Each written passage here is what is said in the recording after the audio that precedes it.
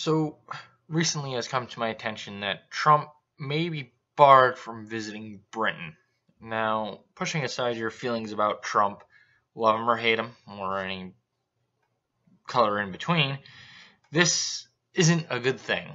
The US and Britain have been allies since the mid 1800s. Of course, there is some ambiguity here, the War of 1812 happening in the early 1800s. However, trade and our similar cultures led us to be allies, as seen by World War I and II. And here we are today with this kind of shit. And if you're unaware as to where this unbelievably idiotic article headline stems from, let's look down the page a little and you will notice this. This cunt is legitimately trying to say that allowing the leader of an allied country to visit would be a diplomatic embarrassment.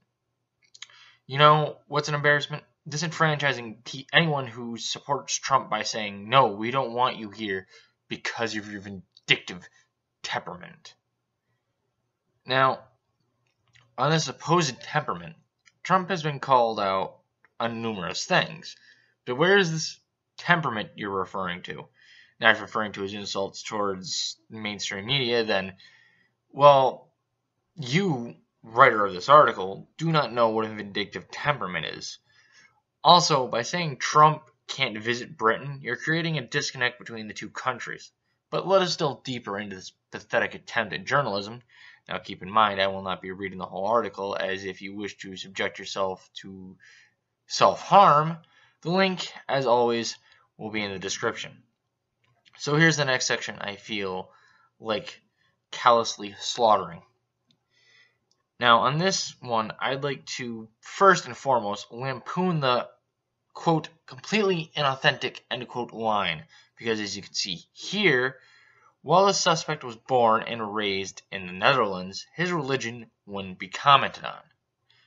What? Because he was a member of the Islamic religion? Okay, that's speculation. But if they wanted to remove that speculation, then fucking clarify. As for Britain First, their Twitter account has 753 followers as of writing this. How is that in any way a fucking movement? Also, Franson was fined 2,000 euros for wearing a political uniform and shouting. Regardless of what she said, in no way is that harassment. Dumb, rude, idiotic, blowharded, sure. But harassment? For fuck's sake, Britain, get your legal system together. Not that the US is any better, but that's a topic for another time. But moving on, let's have a look at this fucking slowped, continuing on his incredibly slow and probably drool-laden path. There is an issue with Islamic extremism in Britain, you fucking dipshit. Now, I've covered this before, so I'll simply leave links in the description. And turning the other cheek and saying that anyone disliking or criticizing Islam is Islamophobic, using your same logic, does that mean that anyone criticizing Buddhism is Buddhaphobic? How about Christianity? Are they Christianphobic? Of fucking course not. So why is Islam given its own little no touching here bubble? Oh, I know. Because of the votes and cultural Marxism. But let's not forget, treating everything equally is racist. Criticizing Islam is Islamophobia, and logic no longer fucking exists. But let us continue this shit show, shall we? Take a look at this. Now, hold up here, you tiny-brained individual.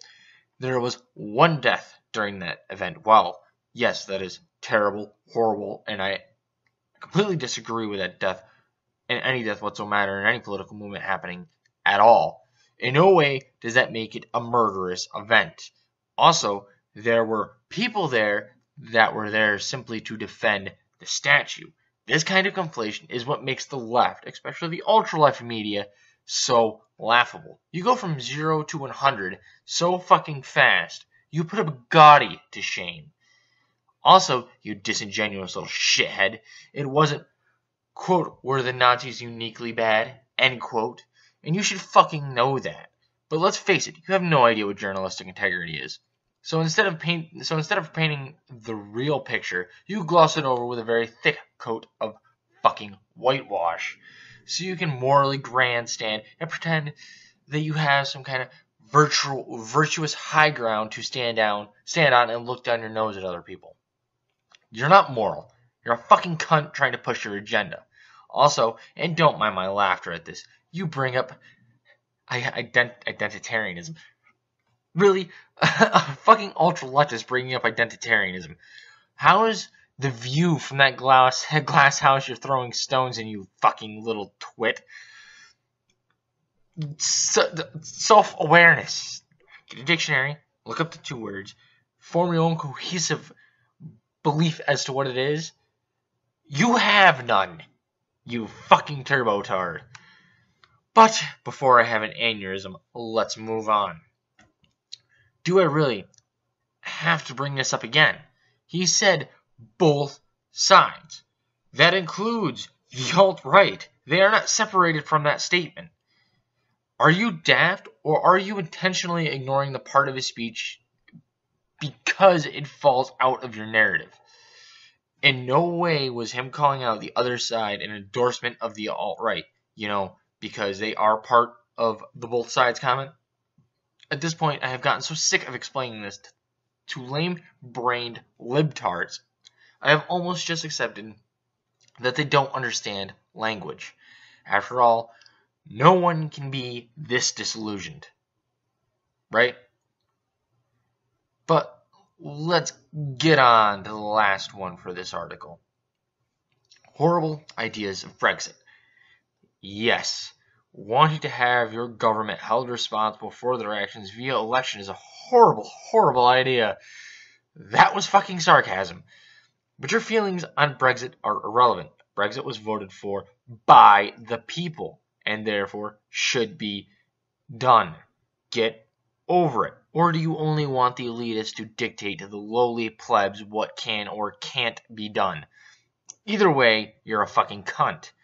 Now, on to the topic of the UK's military relation with the US. The UK, much like a majority of the West, has the backing of the US. The military, that military everyone is always bitching about. But let's look at this. You can see that the recruitment amongst military and the RAF is decreasing, and sharply. So, of course, you'd want the defense of the U.S. Despite how evil Trump is, you'd still need our military, with him as commander-in-chief to come and pull your ass out of the proverbial fire while you sit in the corner and snivel like a child about how bad the U.S. is. This is the highest level of hypocrisy and ultra-leftist double standards. Quote, "Oh, he's horrible, and I view him as immoral, but sure, I'll take the defense." End quote. Obviously, that was not verbatim. For fuck's sake, just shoot me at this point. All I ask for is a little bit of fucking consistency from you assholes. But I'm never going to get that, because it's all about moral grandstanding. You need to pick and choose what situations you deem as moral, what situations you deem as virtuous, and what articles you deem as, tangible evidence. Hell, not that long ago, I remember when CNN was citing CNN as a fucking source, because that's not even remotely fucking bastardizing the concept of citations to begin with. But I need to get the hell out of here before I fucking shoot myself. If you like this video, leave a like and subscribe if you are compelled to do so. And I will see you cunts on Tuesday with a response video as per my usual schedule. To those of you that are new to the channel, that is Tuesday I do a response video. Usually I did a little bit different than last week, but that is an outlier. And Thursdays I do rants, usually about a news article, as you have seen here. As for that, I hope you have a wonderful morning, afternoon, evening, and or night. And I will see you glorious cunts next week.